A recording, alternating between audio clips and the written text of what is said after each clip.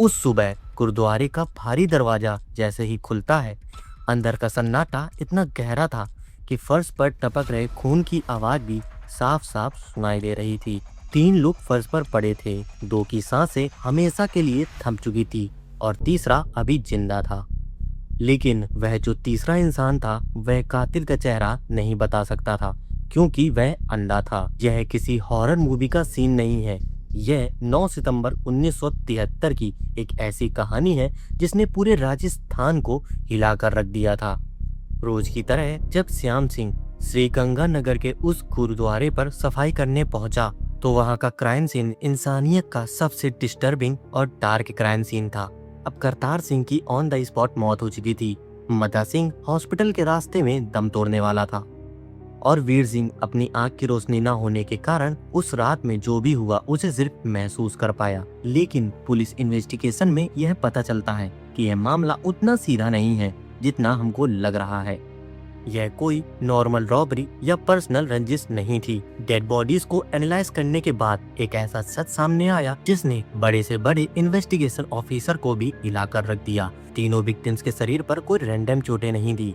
कातिल ने तीनों को मारने के लिए एक ही पैटर्न फॉलो किया था। कान के ठीक नीचे एक बेहद भारी वेपन से सिंगल डेडली अटैक किया गया था और यहीं से इस केस ने एक ऐसा टर्न लिया जिसकी किसी ने इमेजिनेशन भी नहीं की थी, क्योंकि मर्डर का यह तरीका पुलिस के लिए कोई नया नहीं था। कान के नीचे वार, एक ही झटके में मौत। पिछले कुछ महीनों से यह एक अनकहा फेयर बन चुका था। लोकल पब्लिक ने इस अदृश्य मौत को एक नाम दे दिया, कनपटी मार। यह एक ऐसा सीरियल किलर था जो रात में आता था और बिना किसी एविडेंस को छोड़े इंसान को मौत के घाट उतार देता था।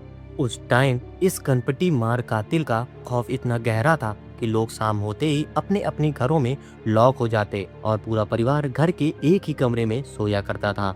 लेकिन आखिर यह कनपटी मार था कौन? यह कोई इंसान था या लोगों के डर की तरह एक साया?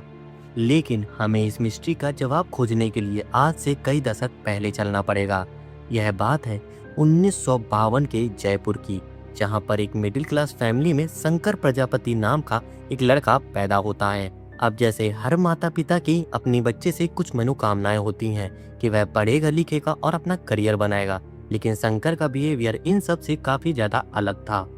एक अजीब सा आइसोलेशन और एक अजीब सी अग्रेसिवनेस उसके मन में हमेशा बनी रहती थी। जब फैमिली ने देखा कि शंकर हमारे कहे हुए रास्ते पर नहीं चल रहा है, उसका पढ़ाई लिखाई में भी मन नहीं लगता है, तो उसकी फैमिली ने उसे फाइनेंशियली सपोर्ट देना बंद कर दिया। और शायद यही एक सबसे बड़ी उनकी गलती थी, जिसने एक बिगड़ैल बच्चे को एक क्रिमिनल वर्ल्ड के अंधेरे में धकेल दिया। शुरुआत छोटी मोटी चोरियां से हुई, मंदिर के डोनेशन बॉक्स, सोने घर, दुकानें, कई बार अरेस्ट भी किया गया, लोगों ने बेतहासा मार भी दी।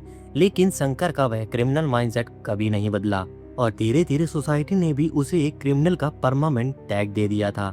अब जरा सोचिए, आपको पूरी दुनिया एक सस्पेक्ट की तरह देखने लगे तो आपका अपना सपोर्ट सिस्टम भी पूरी तरह खत्म हो जाएगा। तो देखिए साइकोलॉजी कैसे काम करती है। शंकर के अंदर की इंसानियत धीरे धीरे मर रही थी और उसके अंदर कोल्ड ब्लडेड मॉन्स्टर जन्म ले रहा था। बदनामी से परेशान होकर उसकी पूरी फैमिली सीकरणपुर आ गई थी। शंकर के घर वालों को उम्मीद थी कि नई जगह पर चीजें बेहतर होंगी, लेकिन शंकर अब वह नहीं रहा था। वह पूरी तरह क्रिमिनल माइंडसेट में घुस चुका था। और फिर कुछ महीनों बाद श्रीकरणपुर में back to back 5 dead body मिलती हैं। हर विक्टिम के कान के नीचे वही डेडली इंजरी, ना कोई शोर शराबा और ना ही कोई किसी प्रकार का स्ट्रगल। लेकिन अभी भी पुलिस के हाथ पूरी तरह ब्लैंक थे, ना कोई आई विटनेस, ना कोई मर्डर वेपन। लेकिन असली डरावना ट्विस्ट अभी आना बाकी था। लेकिन ये खौफ सिर्फ राजस्थान तक नहीं रुका। हरियाणा, पंजाब 1971 से 1973 के बीच रात के अंधेरे में ब्लैंकेट ओढ़कर आने वाला एक दुबले पतले इंसान ने पुलिस की रातों की नींद को छीन लिया था। 72 विक्टिम, 72 मर्डर, लेकिन किलर का एक भी क्लू नहीं, एक भी मर्डर वेपन नहीं। गुरुद्वारे वाले इंसिडेंट के बाद पुलिस पर प्रेशर अपने पीक पर था। पब्लिक और कम्युनिटीज में भारी आउटरेच था। अब पुलिस किसी भी कीमत में सीरियल किलर को ट्रैक करना चाहती थी। इस बार उस सीरियल किलर ने एक छोटी सी गलती कर दी। क्राइम सीन के फर्श पर ब्लड के फुटप्रिंट्स थे। ताले तोड़ दे जाने पर ताले में फिंगरप्रिंट्स थे और सबसे बड़ा सुराग, घटना वाले दिन एक सस्पेक्ट से बठिंडा जाने के लिए खरीदा गया रेलवे टिकट। इस सर्वाइवर के स्टेटमेंट के बेस पर एक स्केच बनाया गया। रातों दिन मेहनत के बाद पुलिस को बठिंडा रेलवे स्टेशन पर एक ऐसा शख्स दिखाई दिया। पुलिस को उसके ऊपर शक हुआ और पुलिस ने उसे तुरंत ही वहीं पर गिरफ्तार कर लिया। गिरफ्तारी के वक्त उसने अपना नाम रतनलाल बताया, लेकिन जब इंट्रोगेशन शुरू हुई तो वहां पर ऐसे सच निकाल कर सामने आए जिसने पूरे इंट्रोगेशन रूम को ही सदमे में डाल दिया। वह रतनलाल नहीं था, उसका नाम शंकर प्रजापत था। लेकिन पुलिस को सबसे बड़ा शौक तब लगा जब उसने अपना कन्फेशन देना शुरू किया। अगर आप सोचते हैं कि उसने 10 या 20 मर्डर किए होंगे तो आप बिल्कुल गलत हैं। उसने पुलिस की आंखों में देखते हुए एक्सेप्ट किया कि उसने टोटल 72 मतलब कि 72 मर्डर किए हैं और इनमें से न जाने कितने मर्डर्स की तो पुलिस के पास FIR भी दर्ज नहीं कराई गई है। जब पुलिस शंकर को गुरुद्वारे सीन को रिक्रिएट करने के लिए ले गई तो उसने बहुत ही खामोशी से बताया कि कैसे वो गुरुद्वारे का ताला तोड़कर अंदर घुसा और कैसे उसने विक्टिम्स पर अचानक से वार किया और कैसे उन तीनों का उसने मर्डर किया और यह सब उसने कितने रुपए के लिए किया ये भी उसने बताया। उसने बताया कि महज 19 रुपए के लिए उसने 2 लोगों का मर्डर किया। हाँ, महज 19 रुपए के लिए। लेकिन पुलिस का दिमाग एक साइकोलॉजिकल सवाल पर अटका हुआ था। 72 मर्डर सिर्फ चंद रुपयों के लिए, यह कोई लॉजिक नहीं था। और अब शंकर ने अपना असली सच रिवील किया। उसने कहा कि मैं सिर्फ रुपयों के लिए उनको नहीं मारता था, मुझे उनका दर्द, उनके तड़पने की आवाज़ सुनने में बहुत ज़्यादा मज़ा आता था, इस वजह से मैं लोगों का मर्डर करता था। अब शंकर कोई साधारण क्रिमिनल नहीं था, उसके लिए मर्डर करना एक ऑब्सेशन बन चुका था।